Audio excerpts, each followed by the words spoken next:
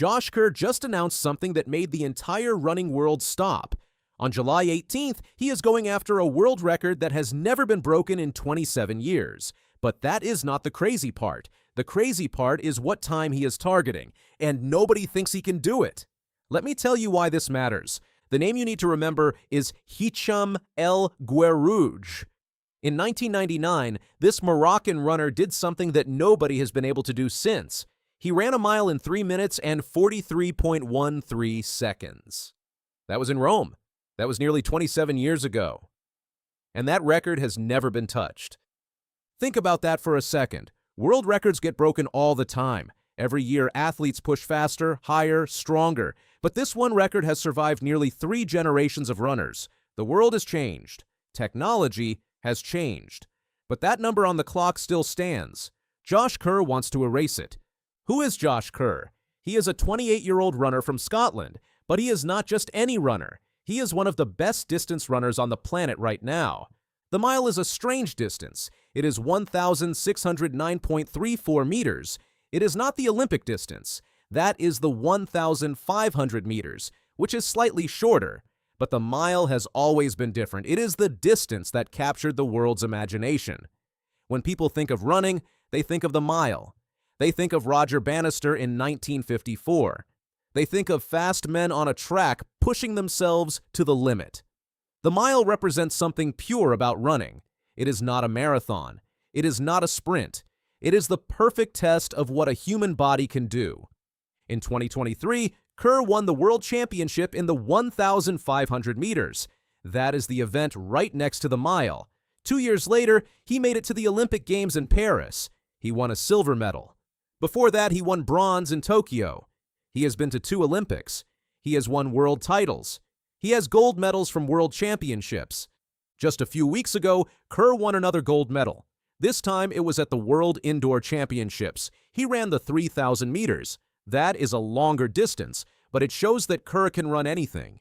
He can run fast. He can run long. He can win on the biggest stages in the world. At the highest levels of the sport, Josh Kerr performs. But here's the thing. The mile is different.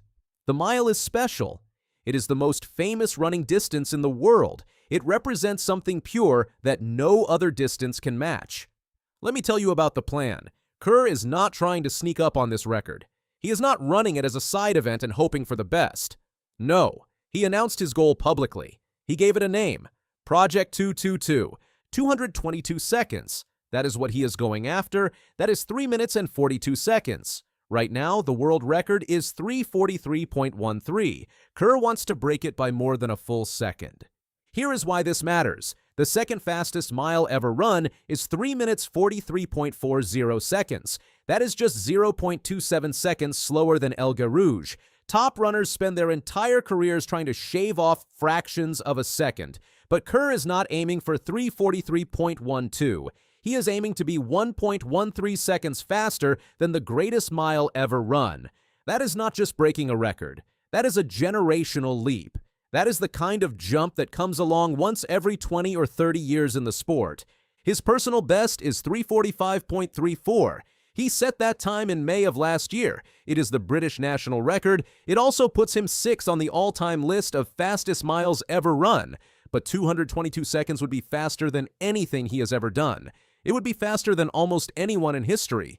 The fact that he is saying this out loud shows something important. Kerr is not afraid. He is not being quiet about it. He is not pretending it might happen. He is saying it will happen. That kind of confidence comes from serious preparation. Brooks is his sponsor, and they are building custom spikes designed around his biomechanics. The spikes have a carbon plate and special cushioning. They are also testing speed suit concepts to reduce wind resistance. Everything is being measured and tested to give Kerr an edge. Last year was hard for Kerr, very hard. He was defending his world title in the 1,500 meters at the World Championships in Tokyo. This was his moment. This was when he would prove he was still the best. But something went wrong. He tore a muscle in his calf. It was a serious injury. He had to stop racing. He had to leave the competition early. For a while, everything looked dark. An injury like that can end a season. It can even end a career. Kerr had to spend months recovering. He had to do physical therapy. He had to rebuild his body. There were probably days when he wondered if he would ever get back to where he was. But then something changed. He came back. It took time. It took patience. But his body healed.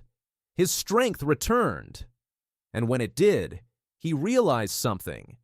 He had no outdoor world championships to chase this year.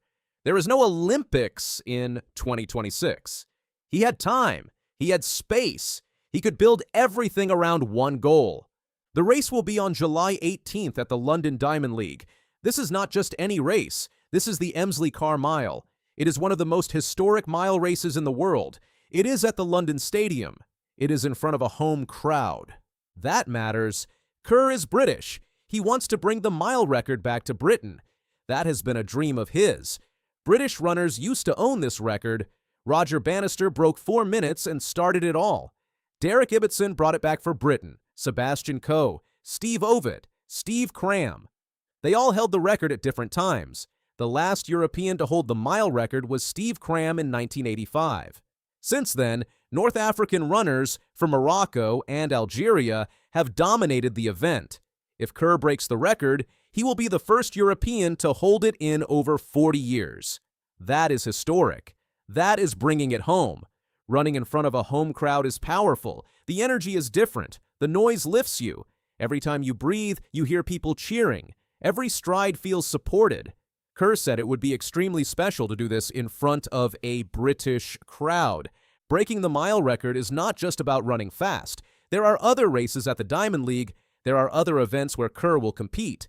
But the mile on July 18th is the focus. That is the one. That is where history could happen. 2 weeks after London, there is the Commonwealth Games in Glasgow. Glasgow is also in Britain. Kerr will run the 1,500 meters there. He wants to win gold at home. But first, there is the mile. First, there is Project 222. What will this record mean? If Kerr runs 222 seconds, he will be the fastest miler in history. He will have chased down a record that has stood for more than a quarter century.